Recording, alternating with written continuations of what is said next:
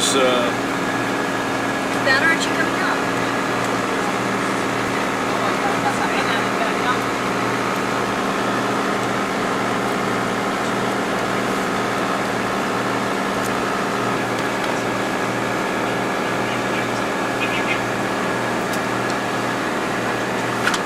Here comes the head.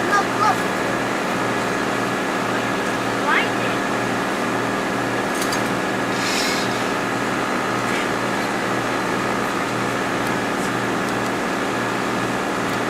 blindfolded so he doesn't get bored or upset by it. You know why?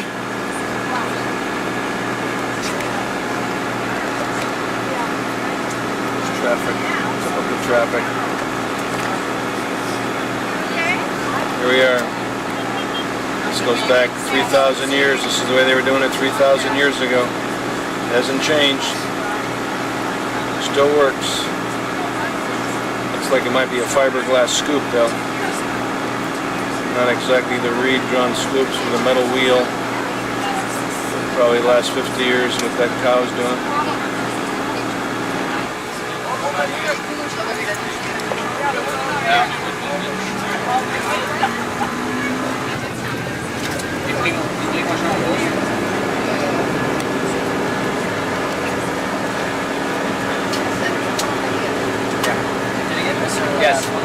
Yes, I did. Yeah. Shadouf. Is that what he called it? A shadouf? Yes. Bakshish? Yeah. Bakshish and then he'll work it. No bakshish, he won't work it. There he goes. Almost.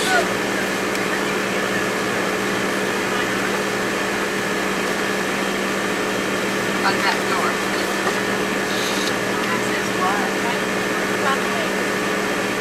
That's just the weight. That's just the fulcrum, I think. The seat over the door.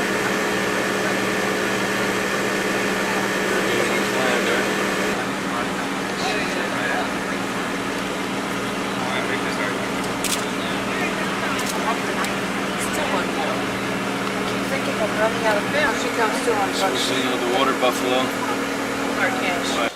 Come on, cowboy.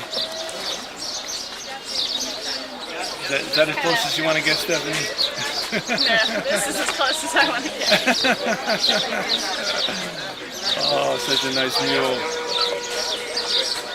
This guy's carrying. What has he got in his back, Steph? What is that load?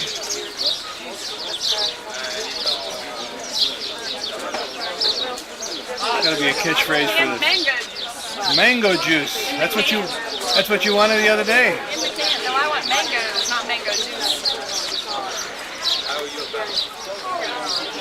And this is, what is the name of this place?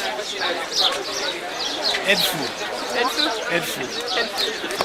E-D-F-U. Edfu. Edfu.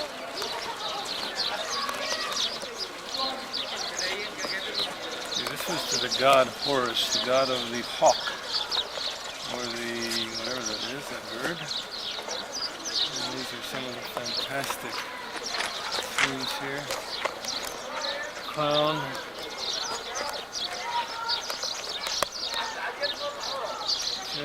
This thing must be about 20 stories high, 200 feet I'd say, maybe 300 feet. Dimensions are unbelievable here. We're going to go through those pylons. This is Edfu, E-D-F-U still. The temple of Edfu. Just beautiful. Look at the head on the bird, on that god, with a double crown. Times was the capital of the fourth province of Upper Egypt. And in fact, for each Egyptian province at the time, there was always a local god or goddess. And the local god of this nome at the time was god called Horus. He used to be shown as a falcon. Remember his statue outside by the gate. And his wife was goddess called Hathor, the goddess of love and joy. You saw her shine yesterday in the temple of the queen. Remember that? The history of the temple, according to the studies they did last year around the area, was built originally by King Cheops. You heard about Cheops? The one who built the pyramid. That was in about 2300 BC. But after King Cheops, the temple just to be close to the Egyptian. Then after the death of Alexander, they divided his empire. And you heard about Ptolemy. Then Ptolemy got Egypt. He was the leader of Alexander's army, the general of the army of Alexander the Great. He got Egypt. Then the Ptolemies did succeed Alexander in building not shrines, but complete temples to the gods, the Egyptian gods. It was again a very political way to be close to the Egyptians. Then the temple which is standing over here was built by a king called Ptolemy number 3. That was about 300s BC, and it was added and completed by King Ptolemy the 6th, the 9th, the 10th. The temple here, in fact, is very complete on its style, like an ancient Egyptian temple. Start with the pylons, you see that which form the entrance, and these pylons were used as watching towers because they have stairs on the side here, leads to the top. And you have the open floor, you have 2 hall of columns, because the commoners at the times were allowed to get inside the temple to the first hall of columns, but the second hall of columns were allowed for the priests. What happened last 2 years? They had these floors, you see these stones? They uncovered them, they had them out. Then what they found? They found that there were all the shrines were on the temple here, like for Cheops, like for Tutmosis, like for Hatshepsut, for Alexander, were here. Then the Ptolemies did what? They knocked them down, and they're using all the blocks and building the whole temple. Then if you come here through, if you come behind me, look at here. It's called Bismetek. He was a king from the kings of the 26th dynasty, about 800 BC. See it here. See, that was found on the floor here, on this floor. See it?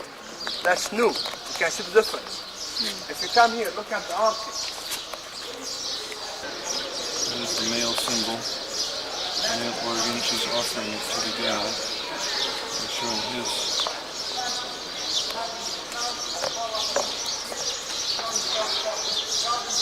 Interesting, they showed this male-female breasts, penis. So they must have known how to do Caesarians back in Egyptian times.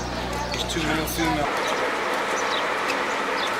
This is Konombo, about 1 pound inches. Konombo.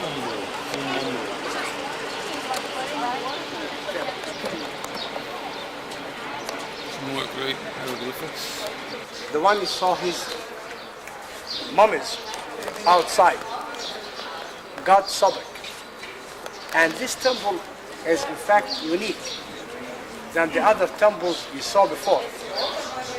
Because the temple in fact here is not dedicated only to one God, but it was in fact at the times dedicated to 2 gods. The god Sobek, the crocodile-headed god, and the god Horus. Then half of the temple over there was dedicated to the god Sobek, and this other half is dedicated to the god Horus. Then the scenes over there you see the king and the presence of the god Horus, here in the presence of the god Sobek. It's called the Twins Temple.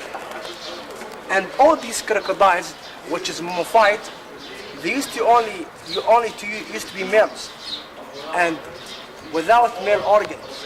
Why? Because according to the myth of Osiris, remember that? When they told you that they divide his body and they get the body back, remember except one thing, the male organ. Because the Egyptian priests at the times believed that the male organ of the god Osiris had been eaten by the crocodile. then they used to think that the crocodile has a power of fertility on the male organ. That's why the priests used to eat the male organs. Till now in Africa, they used to eat the male organs, and they measured it with gold. The temple, yes, it's very expensive. The temple starts I'm serious. You go and Aswan, they Charge sell you a it. lot. No, I haven't. Aswan, you go and ask for the price. It's like $100. Well, let's bargain, man. $100. The temple, in fact, here, built by the Roman emperor called Trajan. You heard about Trajan. About 59 AD. And it was completed by the rest of the emperors like Tiberius and all those emperors. Having a court, hall of columns, another hall of columns for the priests. This is for the commoners, worship the Lord.